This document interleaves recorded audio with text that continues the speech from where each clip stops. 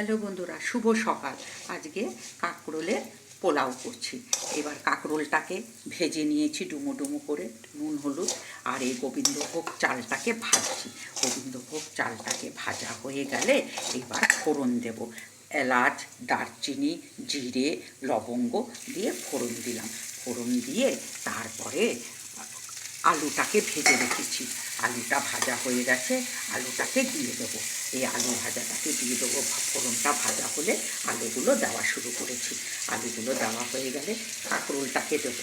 কাঁকরোলটা দেওয়া হয়ে গেলে ফোড়নটাকে মিশিয়ে নেব। ফোড়নটা মিশে গেলে তারপরে আদা বাটা, জিরে বাটা এগুলো দেবো। তারপরে আবার একটু মিশিয়ে নেব। মিশিয়ে নিয়ে তারপরে স্বাদ মতন নুন, মিষ্টি আর ঘি দিয়ে এটাকে নামাবো। তারপরে সেদ্ধ হয়ে গেলে এটা জল যখন পড়ে শুকিয়ে আসবে তারপরে এটাকে নামাবো। স্বাদ মতন নুন মিষ্টি দিয়ে কাঁকরোলের পোলাওটা রেডি হয়ে যাবে বন্ধুরা।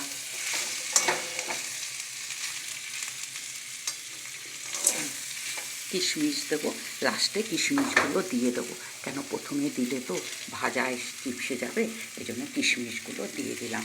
এবার কিশমিশটা দিয়ে নাড়াবো। মশলাটা কষে এলে তারপরে সামান্য পরিমাণে জল দেবো। জলটা আলু কাঁকরোলটা সেদ্ধ হয়ে গেলে তারপরে নামিয়ে একটু ঘি দিয়ে ঢেকে রাখবো। তাহলে কাঁকরোলের পোলাওটা রেডি হয়ে যাবে।